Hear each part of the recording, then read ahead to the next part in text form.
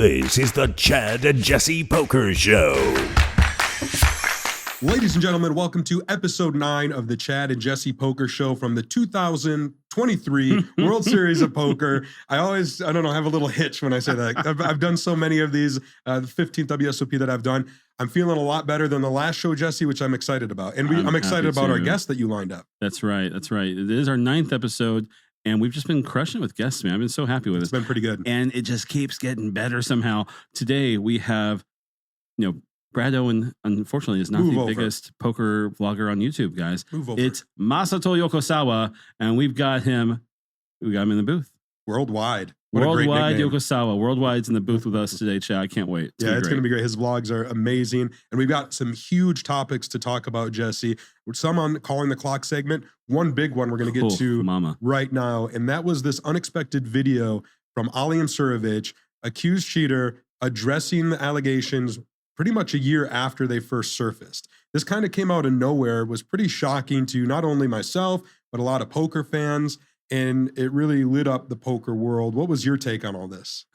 Someone asked me, like, hey, have you seen the Ali tape? I'm like, I couldn't expect. I was like, what are you talking about? I had the weekend off. I was home hanging out with the kids. I'm like, I have no clue what you're talking about. And I went online and I found out. I was like, what are you doing? What are you doing? I watched, of course, I immediately watched the whole thing. And my reaction the whole time was just like, I think my wife and kids heard me yelling at the TV, like, that's not true. Like, I was just like, come on. I'm not happy. I'm not happy. So it was a 30-minute video where he decided he wanted to come on and I guess apologize and address some of the accusations, basically admitting to some wrongdoing that, yes, he did multi-account, but denying other allegations, real-time assistance, things like this. It was very conflicting. We did a piece on Poker News about reactions to it. It seems overall that the reactions to it are not very good. And we're kind of going to, that's what we're here to do, is kind of break this apart. And I got to tell you, I didn't like it. I like that he was going to address them because it's been silence between him and Jake Schindler for over a year. They weren't ready to discuss it. They were trying to act like it didn't exist and it would go away. He even admitted as much in the video. So I do give him a little bit of credit to say, okay, I'm going to sit down. I'm going to finally address these allegations. But the question then is why? Why now? What's going on? And the general consensus that I think came from me and a lot of other people was he just wanted to say it so it would hopefully go away and he can come back and play poker again almost. Yeah. Like he says he's paid his dues. Bullshit. Yeah, bullshit big time. How have you paid your dues? By what? Sitting around for 11 months? That's not your dues, buddy. Sorry.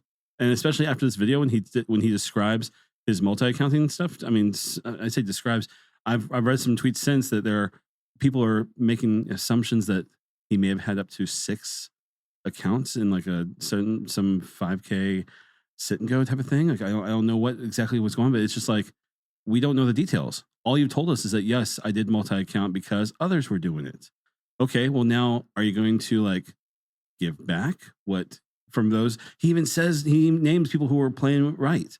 He names the Chidwick. He names those who are like, Ike. He names those who he knows were playing it right, and he wishes that he hadn't. He says, "Well, where's the money, buddy? What? There are ways." That's the biggest problem with me, Chad. Is I watch this thing from beginning to end as well, and I just don't see. It's one thing to apologize, but I want to see action too. I want to say like, what are you going to commit to now? Right. That's what I didn't like. I did like that he came clean. He said, all right, I'm gonna come clean. I'm gonna admit to it. But then it was almost like this victim mentality. Yeah. It wasn't quickly. Yeah, it wasn't taking ownership of it and showing remorse, contrition, things like that. It was, yes, I did this, but here are the reasons why. And this is, I'm being portrayed as X, Y, and Z, and I probably shouldn't be. Bullshit, as you said. And, he talks about, this has put so much stress on my family. Sorry, buddy. Like, you're the one. Your actions is what put this pressure on you and your family. Right. And let's be real. Your actions have probably benefited your family. If you've taken hundreds of thousands or millions of dollars from the poker community, obviously that's going to benefit your family. I know he was recently married and all that.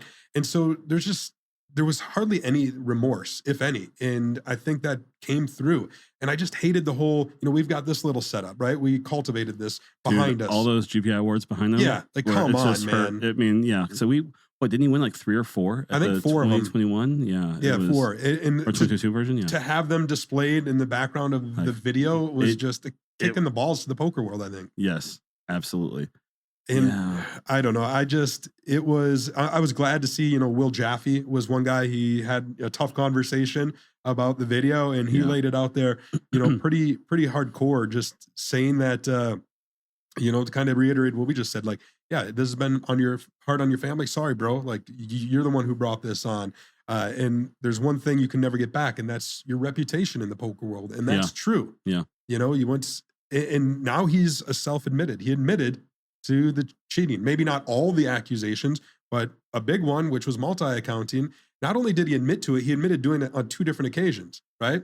Doing it in 2020 and then having to change a heart. A big pause and then doing it again as recently as how long ago? Like 5 months ago? What was it? I don't even... It was more recent. Like he decided to do it again. It's and like deciding to do it again because, well, they're saying I'm doing it, I might as well do it type of scenario, which is, come on. Like, you knew what you're doing was wrong. You admitted to, kudos to coming clean, but you haven't paid your dues. No. And, I don't know what paying the dues are. Making it right with players, paying money back, maybe too hard to complicate. I think the easy thing here is, look, he's already banned from many online sites. I think he said 320,000 was seized on GG Poker. Like, that was paying his dues. No. And like, look, he's admitted it. He should be banned from all live events. He's admitted to cheating in poker. WSOP, every tour out there, Poker Go has already banned him from a lot of high rollers. You should just blanket ban now. Yeah. I mean, I guess that's the logical next step, man. It's so brutal. It's so brutal. It's like it's like when, especially like in the middle of the video, he paused and he started talking about some things he wanted to clear up, right? And one was this Poker Go event where he's sitting next to a player and it appears that he's looking over at his cards.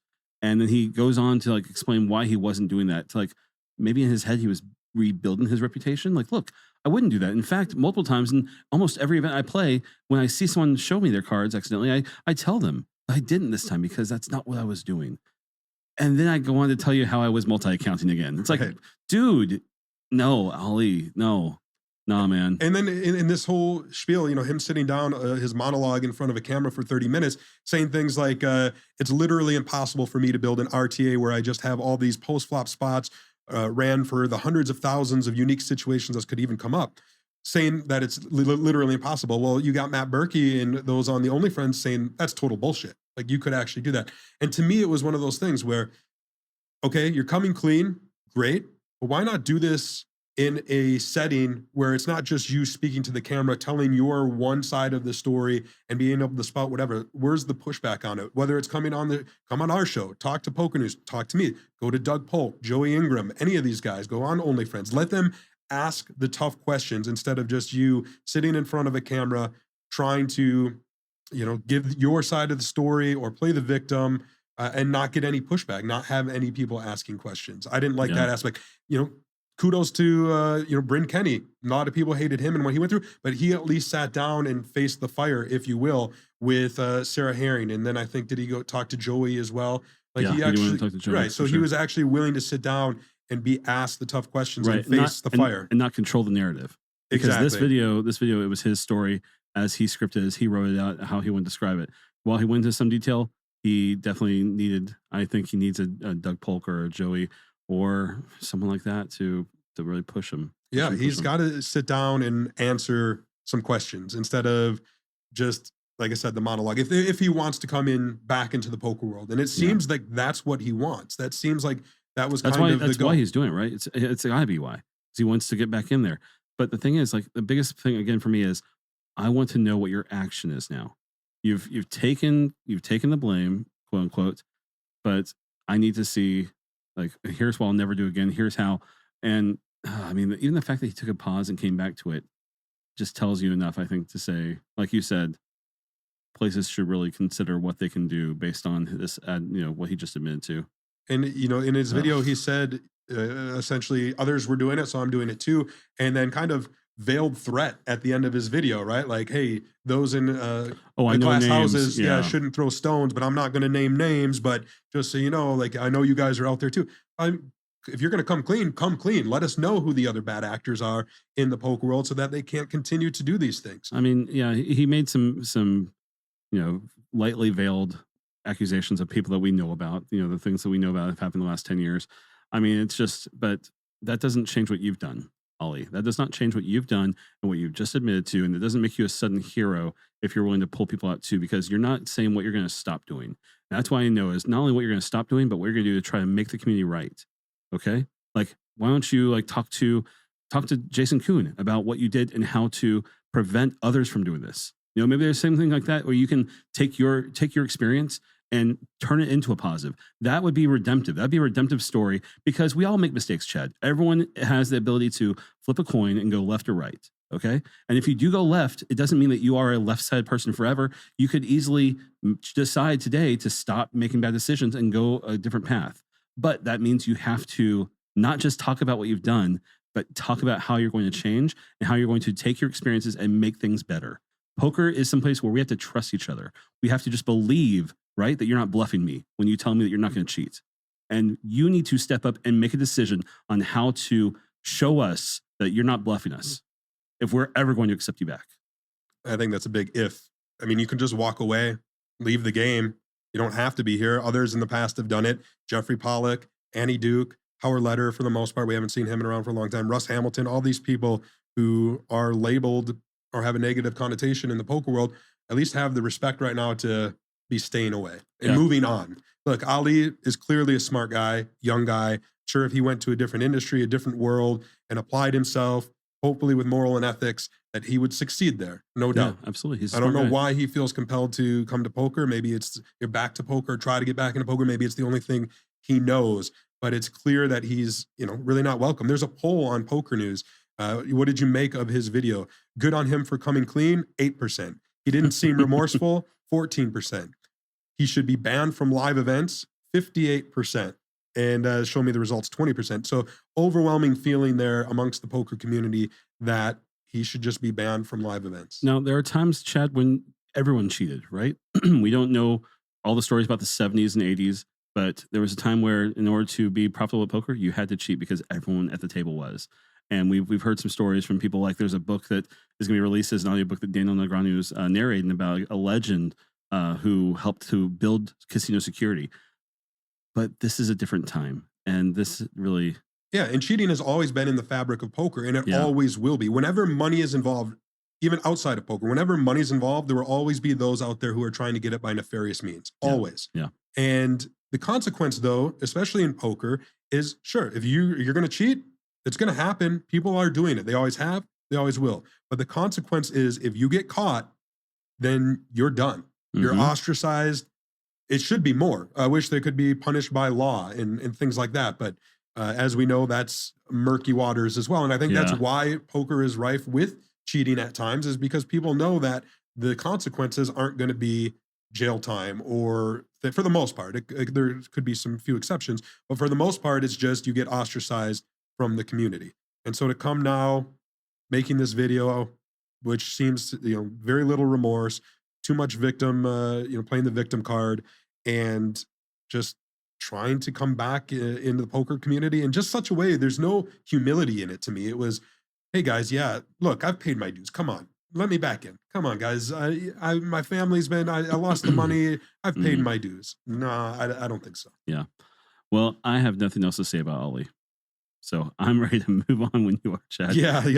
I've said my dues, and we'll see. We'll see if he shows up at the World Series of Poker. We'll see if he's allowed to. Like I said, right now, live events around the world have the ammunition to bar him. No, you have admitted to cheating in the poker world, and that to me is justification enough. Whether it is for other outlets and venues, I don't know. We had Jason Kuhn on here a couple weeks ago. Yeah, Poker Integrity Council. Like this could be that one big first move. Let Jason sit home with that new baby for a few minutes first, please. Let him take a little break. I think the biggest thing is the main event is days away, right? And maybe that's why he got this video out here at this time, was to make a move so he can then jump over and potentially play the main. Maybe that's what he was thinking about. I really hope I don't see him in the halls. Yeah,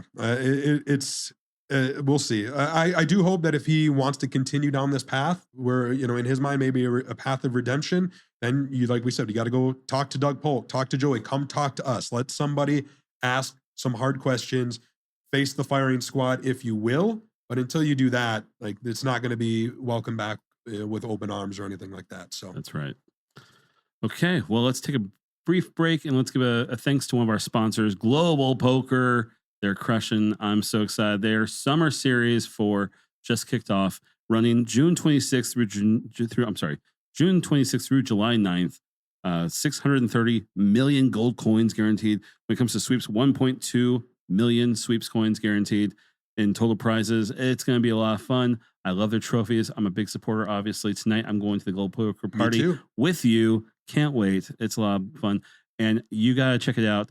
Head over to Global Poker, and we've got a code PokerNews. It's your first time ever checking out. You've got a little special gift for you. So head over to globalpoker.com today. And before we get to this week's Calling the Clock, the PokerNews Cup is 2 days away, Jesse. We've been working on this for a long, long time. I'm very excited. $1,100 buy-in, $1 million guaranteed, mystery bounty format. Yes. We've got big things planned with the envelope draws, some final table commentary. There's going to be a live stream on days 2 and 3. The final table is on day 3. It's going to be awesome. That's right. We broke the $1 million guarantee last time, 1.2, with just a standard no limit hold'em tournament. Same structure, 3 starting days, a day 2 and a day 3 final table. This year, we're adding a little spice to it with that mystery bounty. And I mean, based on at least the other numbers around the city this summer, things have been popping, dude. Yeah. I mean, to quote Conrad, our buddy, let's as you say, it's something about popping. I don't know. Pop, pop. No, that's community. It's magnitude. Pop. So good. Andy Rich, the director of poker operations down at the Golden Nugget, sent me a text yesterday and saying, I think we're going to blow the roof off this thing. And I think he's right. We're going to have a new record for biggest prize pool ever in the history of the Golden Nugget. And a little tip for anybody who's thinking about playing, play day 1A. Here's why. Golden Nugget has been giving away 100 seats. Oh, that's right. Random seats. In the poker room. Yeah, in the poker room. Play cash, and they're doing drawings. I don't know if it's every hour or whatever it is, but just giving away seats to those in the cash game, and they have to play on day 1A. That's the caveat. Right. So you're having a lot of players who might be used to playing 3-6 limit, don't know tournaments. Like, that could be a juicy field. They're used to playing a 1 hour session, jump in, jump out. They're not ready for that long tournament structure day, and they might just say, if I don't double up, let me get out of here and get back to the cash table where I'm good. Yeah. So there might be some opportunities on day 1A. Not to say day 1B or 1C is bad either. I mean, Friday and Saturday are going to be good too, because they're going to be big numbers. That's what we saw last year. So it'll be a blast. We're going to have a booth that we're giving away some cool Poker News merch as well. And the thing I'm most excited about, Chad, the thing I've been working tirelessly on with our buddy from Gorilla, Glenn, over there, has been this broadcast. And I know Chad's going to be in the booth. For day 2, I will not be in the booth. I will be outside wearing a suit and tie probably. I'll be the MC for the bounties with the people on the floor. And what I've worked on with Glenn is this like camera system we're rigging with a overhead camera so that you at home can sweat. If you can't come play, we want you to come play.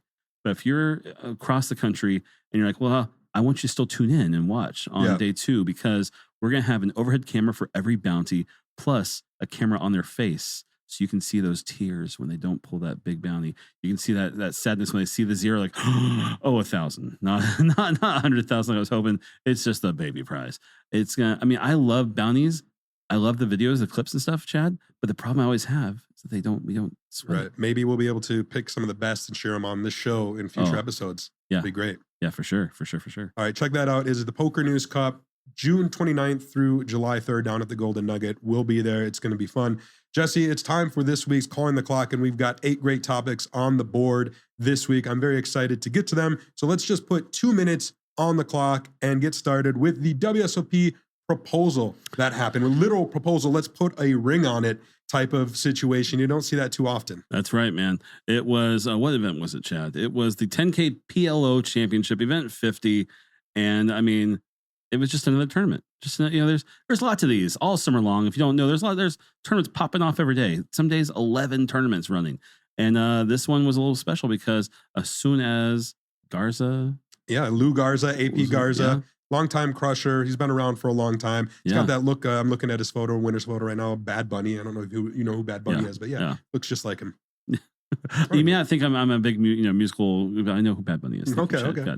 But yeah, dude, he's behind the table. He's celebrating his girlfriend's over there, and he looked at her, and his eyes locked, and he just dropped one knee, and it was so sick. And you just tell her, you see her reaction, just shaking her head. I mean, what? I mean, what? How cool?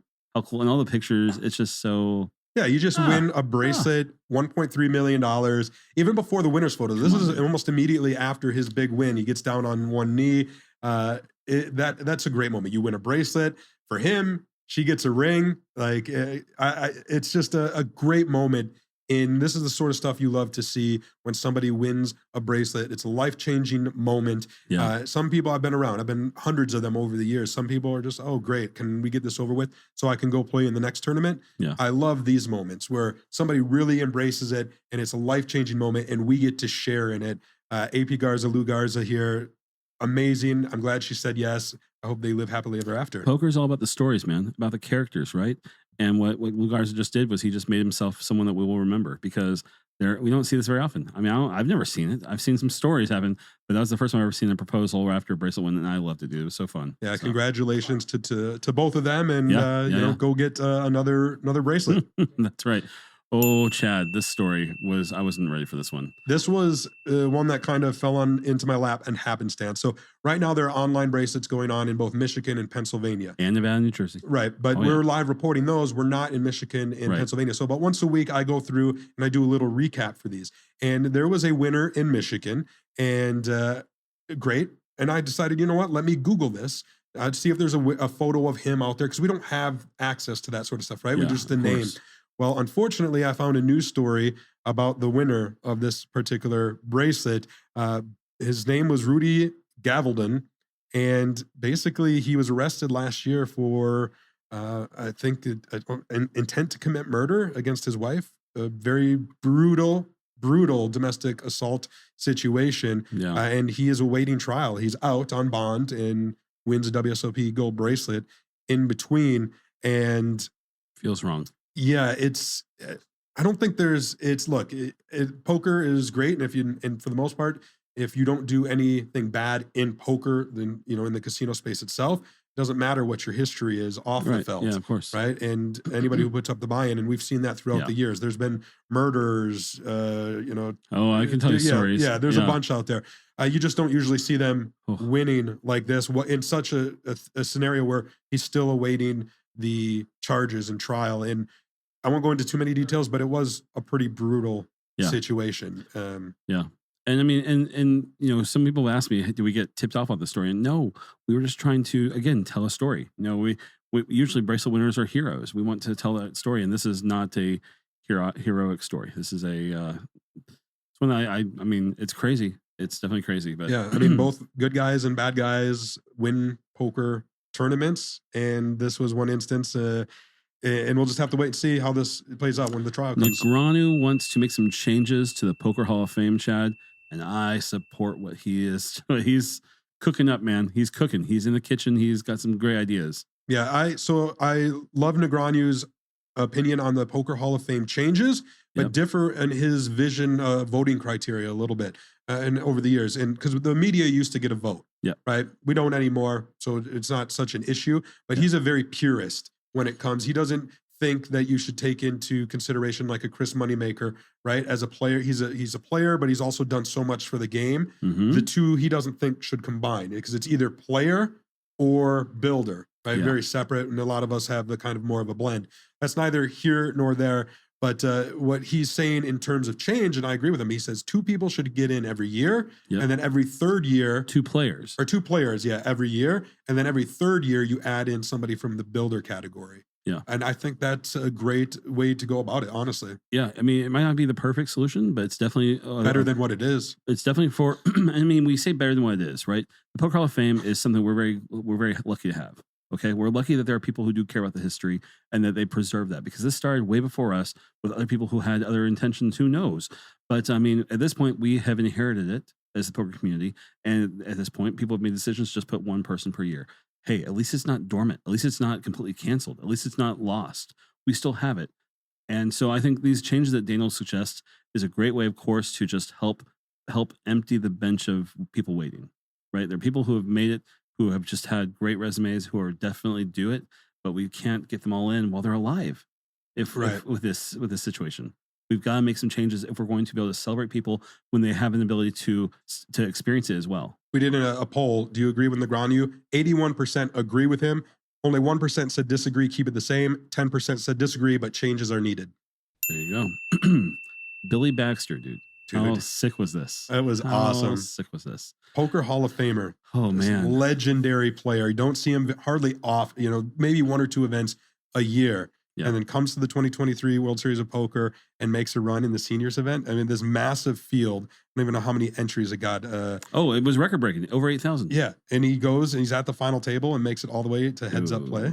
Dude. And unfortunately, he was very short stacked compared to his opponent.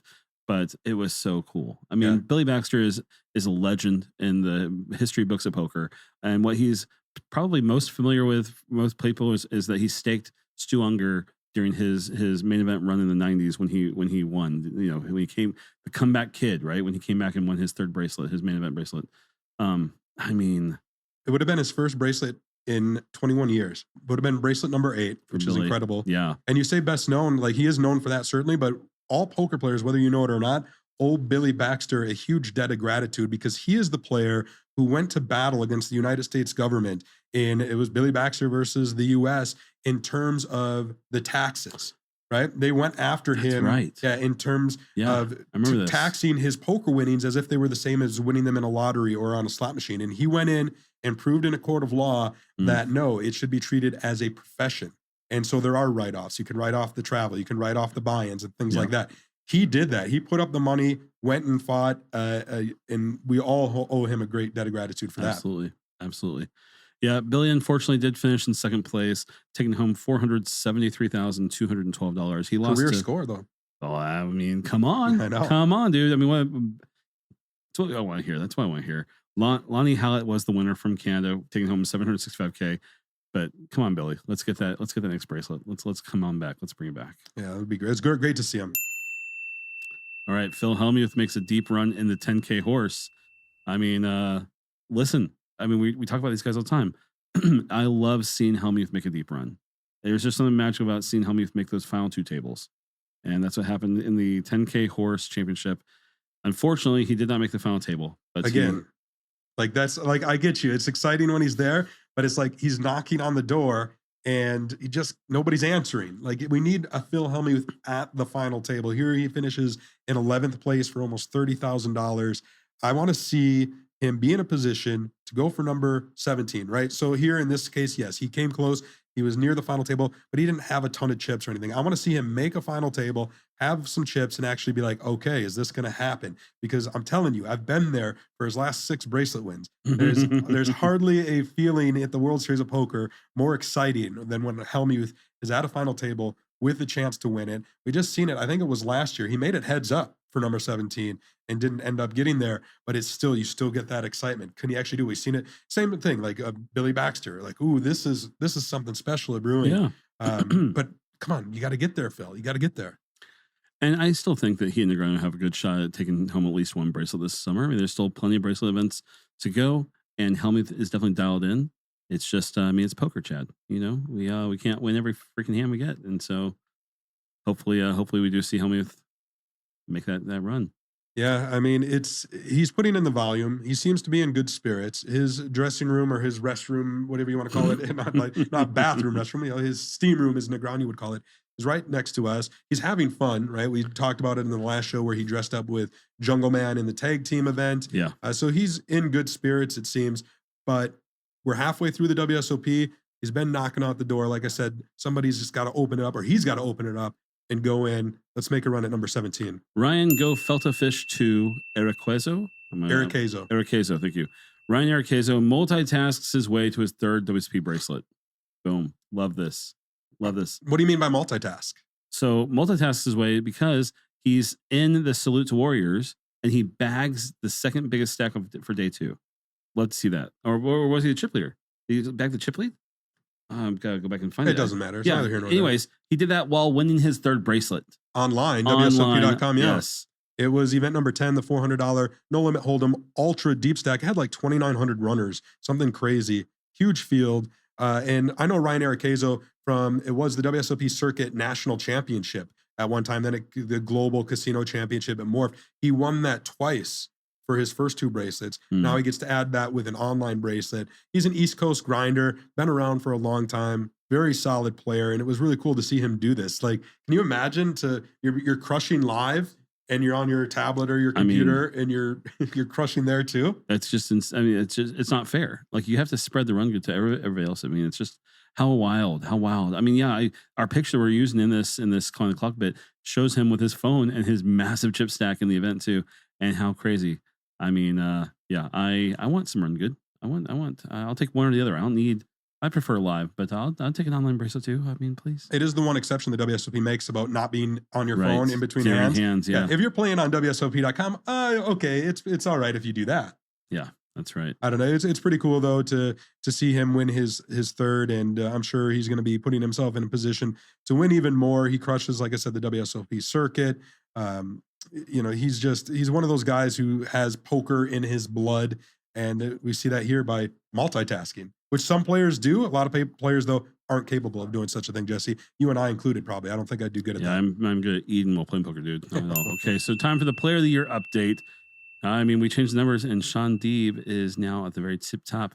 He's got 3,143 points, but right on his tail, who's also making a deep run in the Millionaire I was going Maker, to say that, yeah. is Ian Matakis. Yeah, so I mean, depending on what plays out over the course of the next week, but it sounds like because he's in this Millie Maker, which got a huge 10,430 entries, he's going to get a lot of points for that. So Matakis could very well take the lead. I'm looking at the live updates right now to see if he's still in there.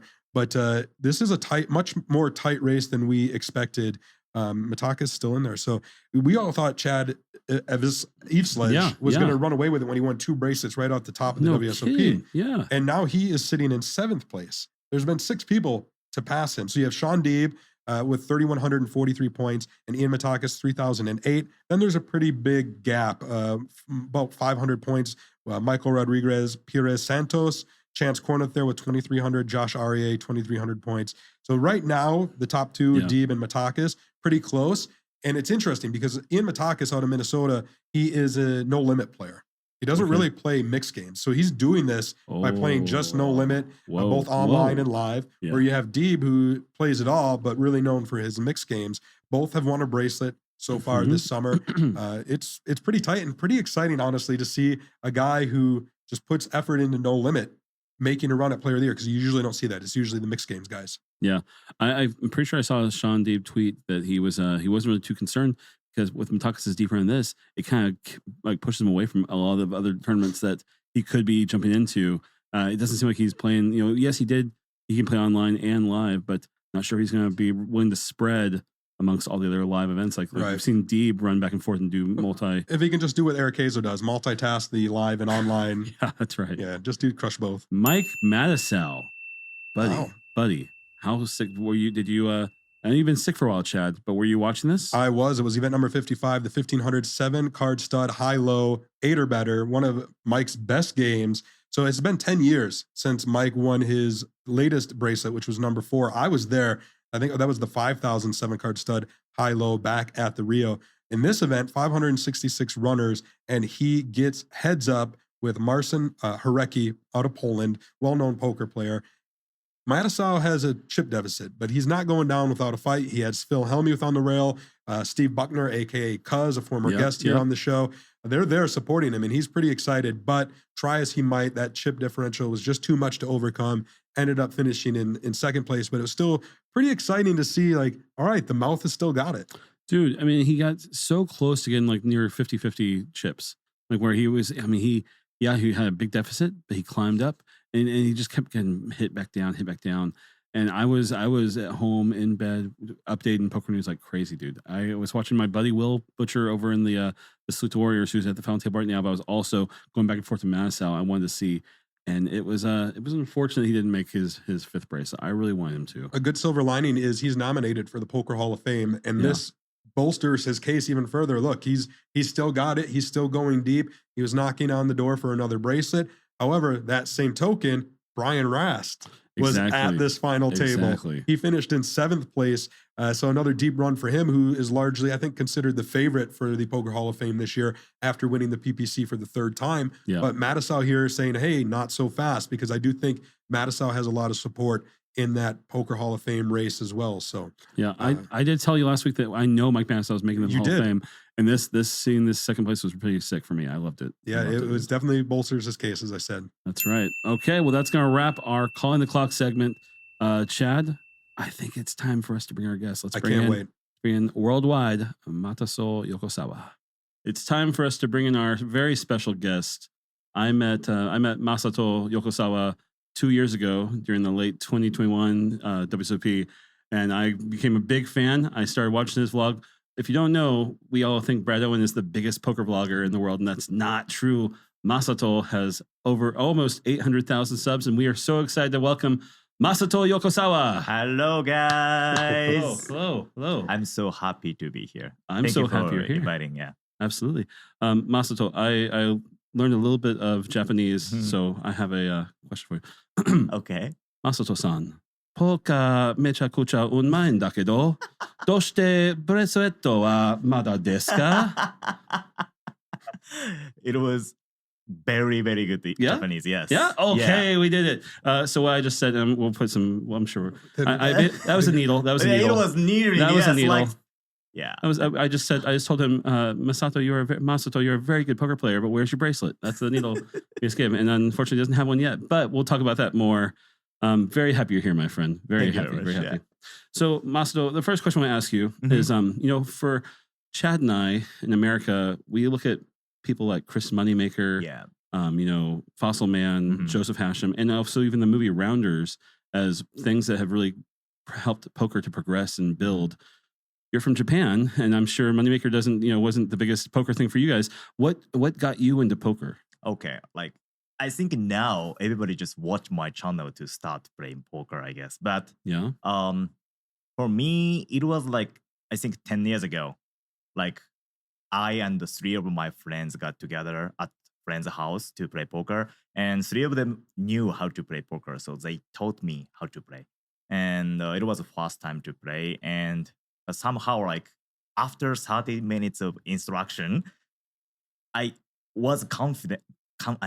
I was convinced. Comfortable or Yeah, convinced. Oh, yeah. Convinced that I was better than they were, like, already, like, just the 30 minutes. So You just kept getting aces. Yeah. Very good. I must be better than you. yeah, I think that experience was, one of the big reasons why I play poker right now. Yeah. Like, because I'm already better than them, like that.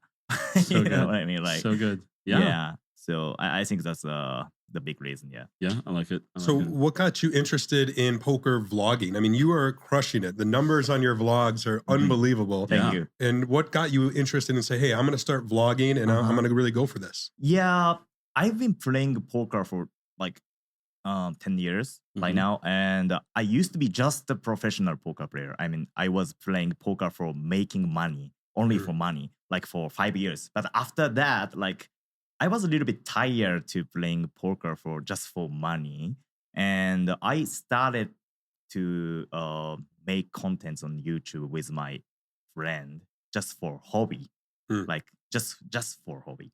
But like, it just gave me more motivation to play poker again, and now I'm just making contents, and also I'm playing poker, like both of them. So like, for me, like, blogging is reason to play poker, and the poker is reason to make blogging. So You're right. yeah, kind of, 50-50. yeah, 50-50, absolutely. yeah. That's good. Are you having more fun when you play poker and vlog?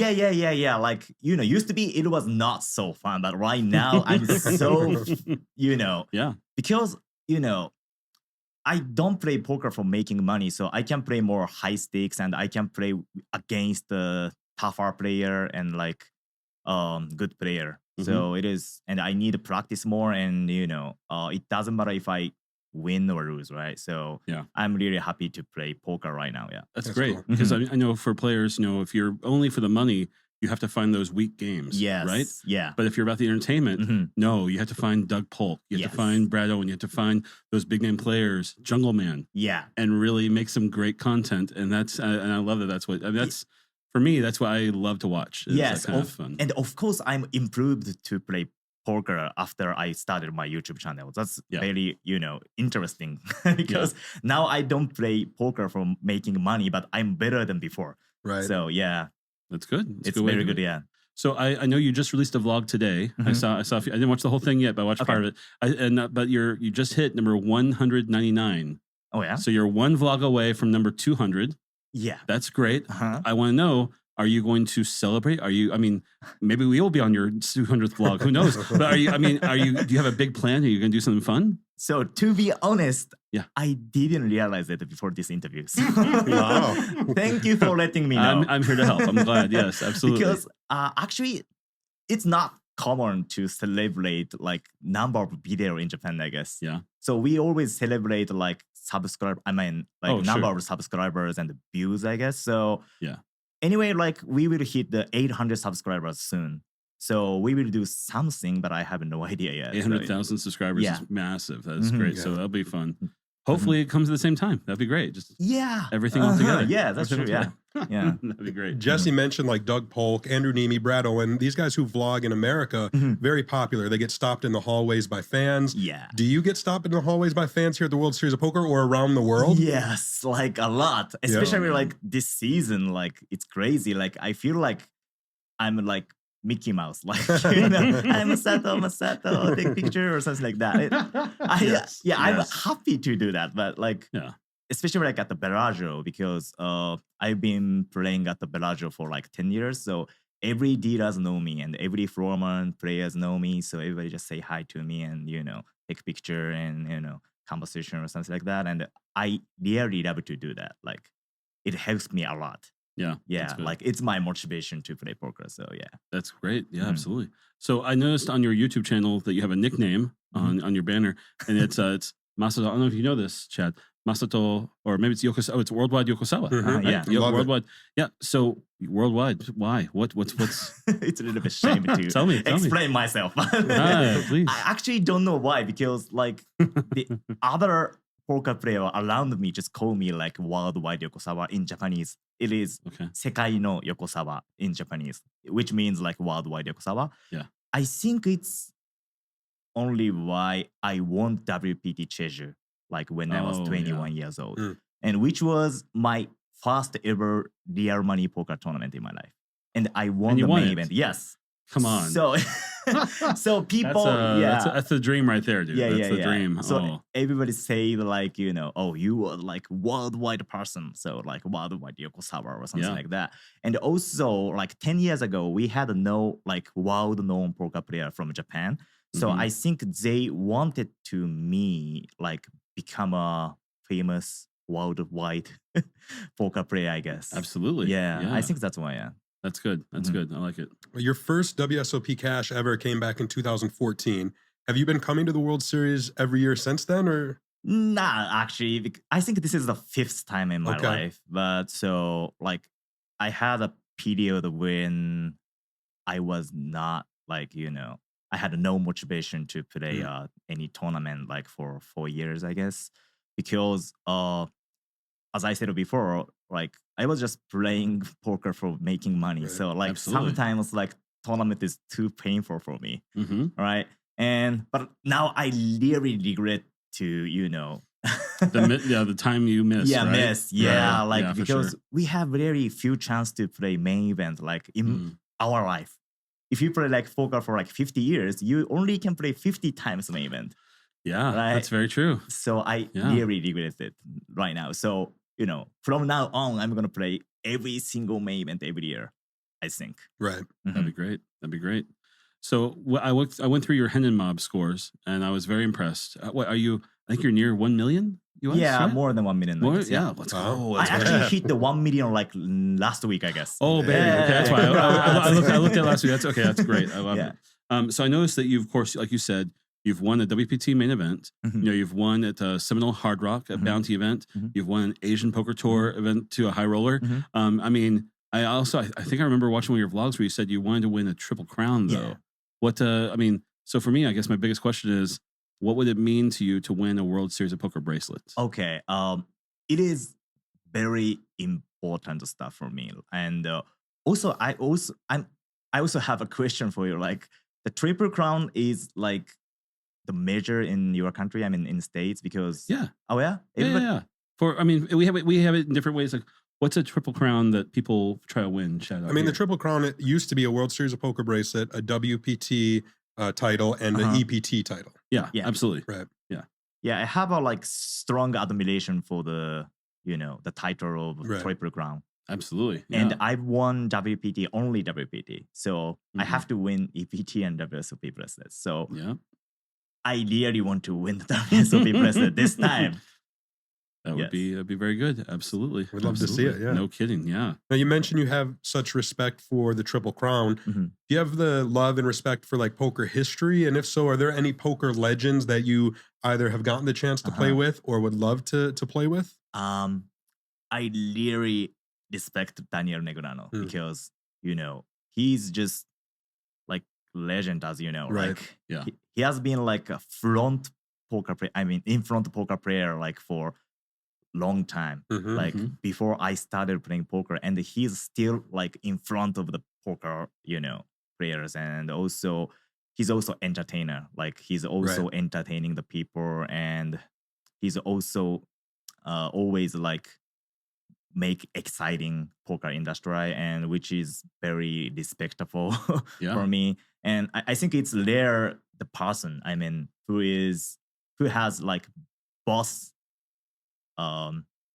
talent, I mean, playing poker and entertaining people. Yeah. It's Right. I think very he's important. kind of like only one person in the world, in my opinion. So I just Yeah. want to be like him, and he's my, how can I say? Like, He's your mentor. He's your idol. He's my he's idol. who you look up to for sure. Yes. Absolutely. Yeah. Yes. Have you gotten the chance to play poker with him or against him?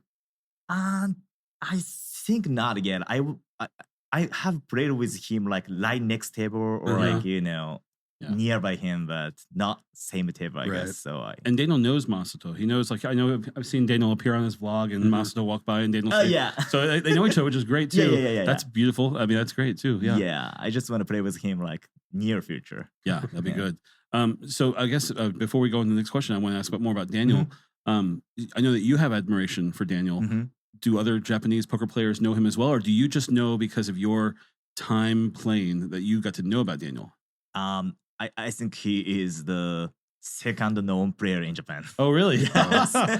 good. you know first one, right? Oh, yeah. Yes, yeah. Masato is number one, then Daniel. Yeah, I think Yeah? he is the still Oh. like very famous player in Japan, and That's everybody respect him. Like I think like 5 years ago, everybody think like Daniel is not like very good player in Japan. I don't know why, but like It's been a while since he won a bracelet. 2008, 2013. Yeah. 2013. I'm 13, thinking yeah. US side. US side. yeah, that's what I but was like thinking. I don't know why, Yeah. but everybody just Thank you. underestimated him.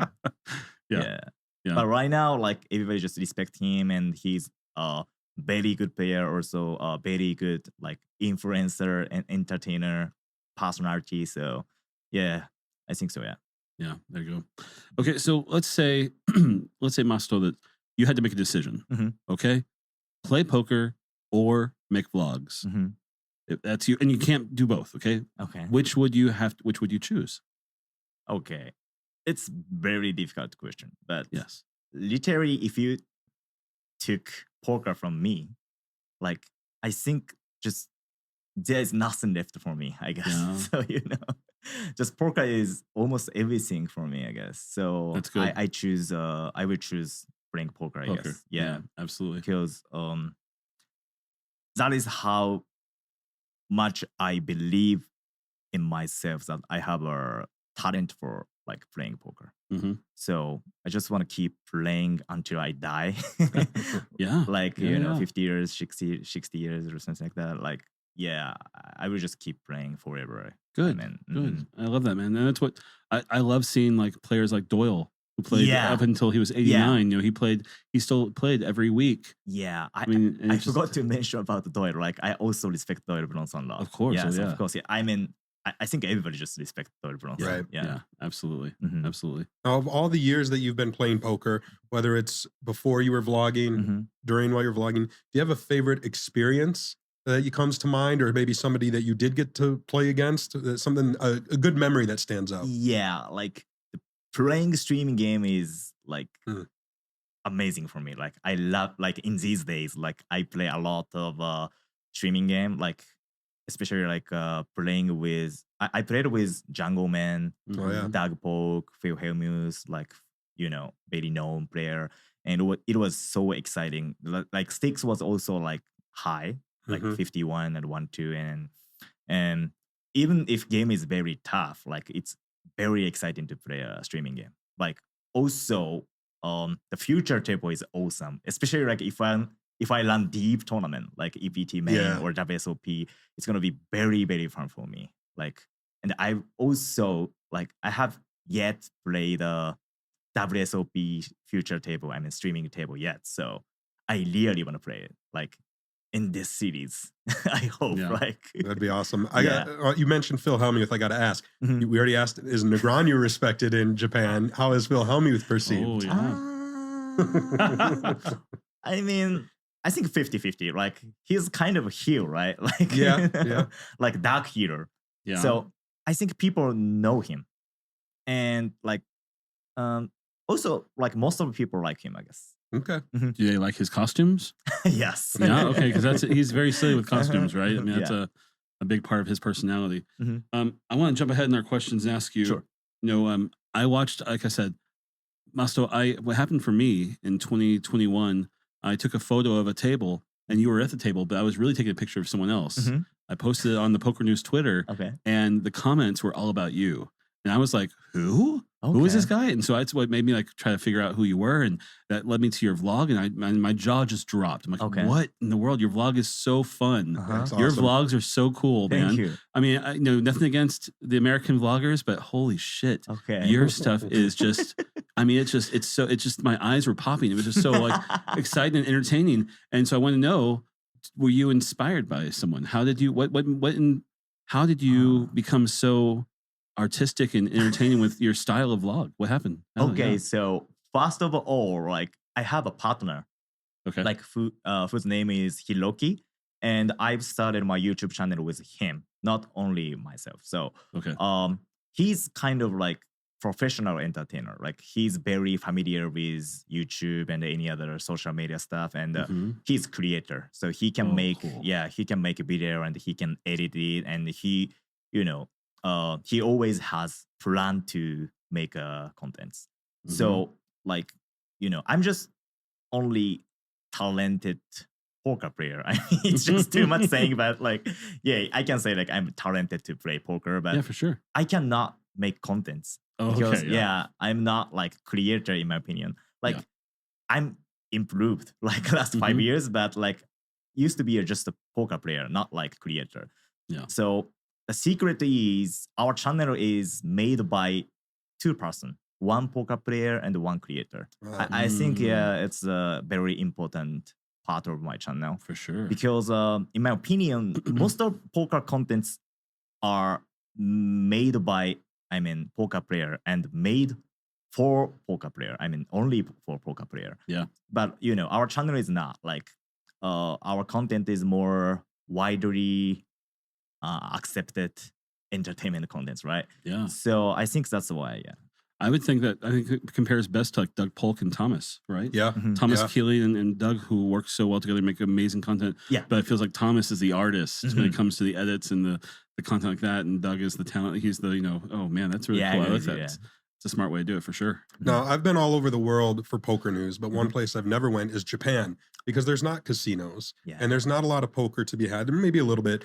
What's it like in Japan when it comes to poker? Do you think it's coming to Japan? Do people like poker? Do they want poker? What's the culture like? So far, like just for now, poker image is not quite good. Worse than any other country. Because the gambling itself is illegal in Japan, and also so many illegal gambling is exposed like every year. So Mm. I think people think gamble is gambling is bad, and Mhm. also poker is gambling, right? Yeah. So we have like disadvantage to play poker in Right. Japan, but we've been trying to improve it like for 5 years on our channel, and now like it's getting better like before, I guess. And also we have potential to make it more better, Yeah, more acceptable. yeah, more acceptable, I guess, because we think the poker image should be like, we use the wall like established poker, like Mhm. established, like people love it and people know it, and like it is just, it's a poker boom in Japan, I think. Right. Yeah, poker Yeah. is booming, like boom. Good. But like we don't want to finish it as a boom. Like we want to make it like culture than boom, Mhm. right?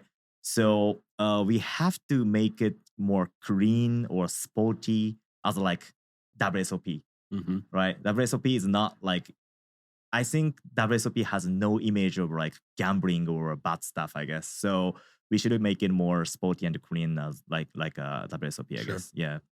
There you go. So, we just hit the second half of the WSOP. Okay, we've only got, I think, 21 or 22 days left. Mhm. Masato, what are you going to be playing through the end? What are your plans now to wrap up the WSOP? Yeah. So I'm gonna play 1500 No Limit Hold'em and the Piero mixed event from now after this interview. Today? After the Oh, show, wow. wow. Oh my gosh. Okay, Yeah. yes. After this. Wonderful. And Okay. also, I think I'm gonna play almost every single 1K to 5K buy-in tournament. Dang, okay. Yeah, like including 6K, 5K 6 max tomorrow. Yeah. Yeah. But of course, I'm, really looking forward to play main. Right. So Oh, yeah. Oh, yeah. Like I hope I'm not able to play any other other ones. event, after the main event. Yes. I hope. Yes, that would be the dream. Absolutely. Yeah. Are you familiar with the mixed games too? Do you play those? I can play it, but I have no confidence to Yeah. play that. Like I can play. I know rules, Mhm. but I can play Piero. Yeah. That's why I'm gonna play. Yeah. Only Piero and No Limit Hold'em. I can play Yeah. mixed, but I think I have to try next year because I really want Bracelet. If I can play, Yeah. mixed game, I have more opportunity to play that, right? Yeah, absolutely. I think I'm gonna play next year, maybe. Mhm. Okay. Well, I'm going to be rooting for you. Mhm. I want to see Thank you. Did you put the bracelet away already? it's right. Oh, yeah, right he up put it here. away already. I want to. Is it like replica or? No, This is Chad. He won one. Look, long time Wow. ago. 10 years Long- ago. 10 years 10 ago. years ago now. Yeah. Before I started play poker. Oh, yeah, right? Yeah. Wow. He won his bracelet in 2013 at the employee event. 2013. Yeah. Which event? The casino employees event, the first one every Oh, year. Yeah. you won the I first did. event. Wow, nice. Yeah. Thank you. Yeah. Yeah, I hope you win one. That'd be great. We'll be rooting for you, Masato. We want you to Absolutely. win one too, man. That'd be I will great. Get this one. That's right. Absolutely, right? Yeah. Beautiful. Well, thank you so much for joining us, Masato. And thank you guys for watching. Make sure to like, subscribe, check out Masato's channel. We'll put the link in the description down below. Watch his vlogs, watch his 200th vlog. It's gonna be great. Support him. We support him as well. And thanks so much. We'll see you guys next time.